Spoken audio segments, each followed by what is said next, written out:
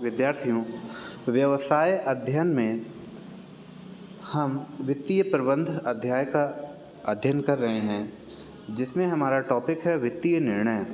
वित्तीय निर्णय के अंतर्गत हम पिछली क्लास में पढ़ चुके हैं कि वित्तीय कार्य 3 प्रमुख निर्णयों से संबंधित होते हैं, जिन्हें प्रत्येक वित्तीय प्रबंधक को लेना पड़ता है, जैसे कि निवेश संबंधी निर्णय, दूसरा है वित्तीय निर्णय और तीसरा है लाभांश निर्णय।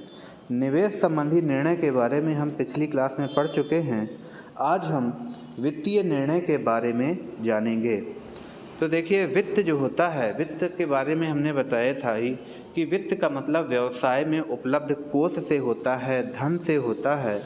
वित्त व्यवसाय संबंधी निर्णयों को लेते समय एक वित्तीय प्रबंधक को निम्नलिखित घटकों पर ध्यान रखना पड़ता है, जैसे कि लागत, नकद प्रवाह स्थिति, जोखिम, परिवर्तन लागत, पूंजी बाजार और नियंत्रण का प्रभाव। तो लागत की बात की जाए तो वित्तीय स्रोतों से वित्त उधार लेने की लागत भिन्न भिन्न होती है। यानी कि कंपनी को जब वित्त की आवश्यकता होती है तो कई माध्यम से वित्त को इकट्ठा कर सकती है, यानी कि कई माध्यम से वो पैसे को प्राप्त कर सकती है, जैसे कि अपने अंशों को जारी करके, अंश में भी समता अंश जारी करके या पूर्वाधिकार अंश जारी करके, या मान लीजिए ऋण पत्र जारी करके, बॉन्ड्स जारी करके भी वित्त प्राप्त किया जा सकता है। तो वित्तीय स्रोतों से वित्त उधार लेने की लागत भिन्न भिन्न होती है और इन सब की लागत भी अलग होती है। कि यदि कंपनी अंशपत्र जारी कर रही है तो उसे अंशधारियों को अपनी कंपनी का सदस्य बनाना पड़ेगा और उन्हें समय समय पर कंपनी को होने वाले लाभांश में भी हिस्सा देना पड़ेगा।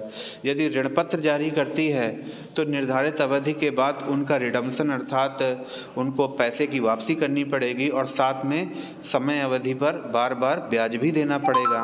तो वित्तीय स्रोतों से वित्त उधार लेने की लागत भिन्न भिन्न होती है और वित्तीय प्रबंधक हमेशा न्यूनतम लागत वाले स्रोत को ही प्राथमिकता देते हैं।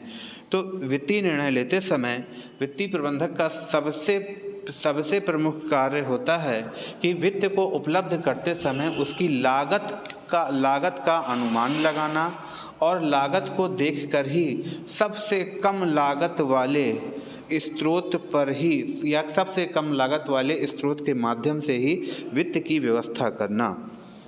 दूसरा पॉइंट है नगद प्रवाह स्थिति, यानी कि कैश फ्लो कंडीशन।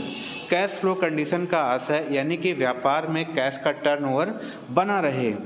तो वित्तीय निर्णय लेते समय कंपनी की नगद प्रवाह स्थिति भी प्रतिभूतियों के चुनाव में सहायता करती है। यानी कि कुछ प्रतिभूतियां ऐसी होती हैं जिसमें कैश का टर्नओवर बना रहता है और कुछ प्रतिभूतियां ऐसी होती हैं जिनमें कैश का टर्नओवर रुक जाता है, जैसे कि अधिकार अंश, जैसे कि स्वैट समता अंश। इन प्रतिभूतियों में कैश का टर्नओवर कम होता है, जबकि समता अंश और पूर्वाधिकार अंश में कैश का फ्लो ज़्यादा अच्छा होता है। तीसरा पॉइंट है जोखिम। वित्त प्रबंधक हमेशा लागत के साथ जोखिम की तुलना करता है और साधारण जोखिम कारक वाली प्रतिभूतियों को ही प्राथमिकता देता है। यानी कि वित्तीय प्रबंधक को लागत के साथ साथ जोखिम पर भी ध्यान देना होता है कि किसमें कितना रिस्क है।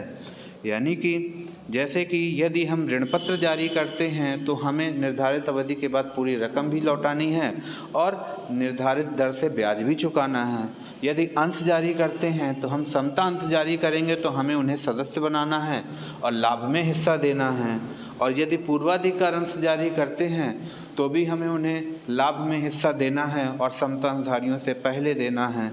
तो कितना पैसा समता अंशों से प्राप्त किया जाए या कितना पैसा पूर्वाधिकार अंशों से प्राप्त किया जाए या कितना पैसा ऋण पत्रों के माध्यम से प्राप्त किया जाए, इन सब में होने वाले जोखिमों का भी ध्यान देना वित्तीय प्रबंधक के लिए सबसे महत्वपूर्ण होता है। अर्थात वित्तीय निर्णय लेते समय वित्त की जोखिम पर भी विशेष ध्यान देना आवश्यक होता है। चौथा पॉइंट है परिवर्तन लागत। इसका आशय प्रतिभूतियों के निर्गमन में शामिल लागत से है, जैसे कि दलाल का कमीशन, अभिगोपकों की फीस, प्रविवरण का व्यय इत्यादि। अर्थात प्रतिभूतियों के निर्गमन के समय जो भी लागतें आती हैं उन्हें हम परिवर्तन लागत बोलते हैं। तो फर्म उन प्रतिभूतियों को प्राथमिकता देता है जिनमें कम परिवर्तन लागत अंतर्निहित होती है। यानी कि यहाँ पर वित्तीय प्रबंधक को यह भी देखना होता है कि हम उन प्रतिभूतियों को जारी करें जिसमें हमारी परिवर्तन लागत कम हो। 5वां पॉइंट है पूंजी बाजार। वित्त की प्राप्ति यदि प्रतिभूतियों के माध्यम से होती है तो प्रतिभूतियों का बाजार पूंजी बाजार कहलाता है। प्रतिभूतियों का बाजार दो प्रकार का होता है, एक होता है अल्पकालीन प्रतिभूति बाजार जिसको हम मुद्रा बाजार बोलते हैं, एक होता है दीर्घकालीन प्रतिभूति बाजार जिसे हम पूंजी बाजार बोलते हैं। तो पूंजी बाजार के अंतर्गत पूंजी बाजार की स्थितियां भी उधार ली जाने वाली प्रतिभूतियों के प्रकार को निश्चित करने में सहायता करती है। तेजी की अवधि के दौरान समता अंशों को बेचना आसान होता है क्योंकि लोग जोखिम उठाने को तैयार होते हैं, जबकि मंदी की अवधि के दौरान पूंजी बाजार में ऋण प्रतिभूतियों के लिए अधिक मांग होती है। अर्थात जब पूंजी बाजार तेजी की स्थिति में होता है तो लोग प्रतिभूतियों पर पैसा इन्वेस्ट करना अंशों पर पैसा इन्वेस्ट करना ज़्यादा उचित समझते हैं। लेकिन जब बाजार की धीमी स्थिति होती है यानी कि पूंजी बाजार कैपिटल मार्केट डाउन होती है, उस स्थिति में लोग कंपनियों के शेयर पर पैसा इन्वेस्ट ना करके डिवेंचर्स पर यानी कि ऋण पत्रों पर पैसा इन्वेस्ट करना ज़्यादा उचित समझते हैं। 6वां पॉइंट है नियंत्रण का प्रवाह। यदि विद्यमान अंशधारक व्यवसाय पर पूर्ण नियंत्रण रखना चाहता है तब वे अतिरिक्त कोष उधार लेने के लिए उधार कोष प्रतिभूतियों को प्राथमिकता देते हैं।